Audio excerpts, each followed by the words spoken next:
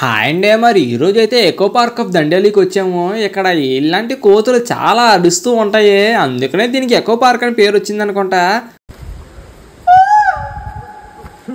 కోతులు ఉయ్యాలో ఒకటి మీరు ఎక్కడైనా చూసారా అని అడుగుతున్నా. ఇదిగో చూడండి మీరే.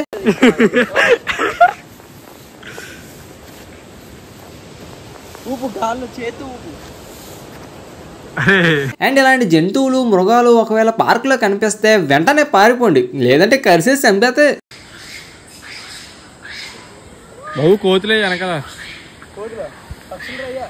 ఈ టైర్లు ఎక్కడని చూడండి ఎన్ని తిప్పలు పడుతున్నారు వీళ్ళు. షణ్ముఖ్ గాడు అయితే చేతగాక మధ్యలోనే దిగిపోయాడు, కానీ ఈ రెండు జీవులు మాత్రం ఎవరు అసలు ఆపలేకపోతున్నారు.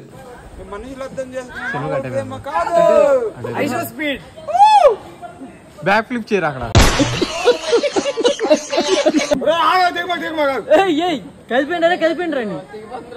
వీళ్ళు దిగుతుంటే నేను పక్క నుంచి తాడుని ఊపేస్తున్నాను.